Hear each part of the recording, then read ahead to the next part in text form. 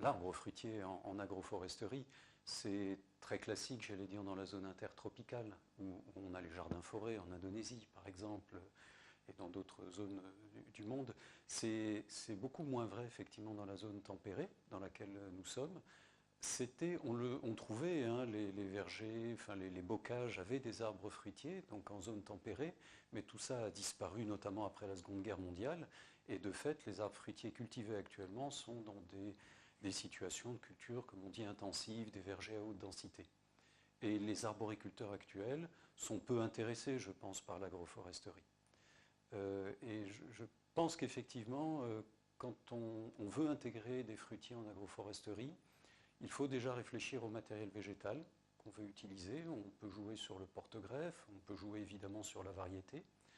Il faut réfléchir à l'espèce que l'on veut intégrer. Le pommier n'aura pas un même comportement que le pêcher, par exemple, en agroforesterie. Et puis il faut penser aux plantes qu'on veut associer aux fruitiers, à la fois les herbacées, les buissons, d'autres arbres, pourquoi pas des arbres à bois, qu'on mettrait à ce moment-là au-dessus des arbres fruitiers.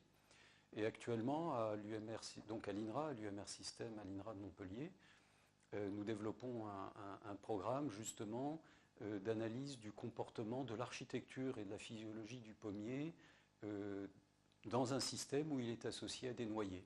Donc on a les noyers au-dessus du pommier, on a le pommier que l'on garde plus particulièrement, que l'on étudie, et puis on a une herbacée, une légumineuse au sol. Et donc il y a une thèse qui est en cours justement pour travailler plus précisément sur la croissance, la floraison, la fructification de ce pommier.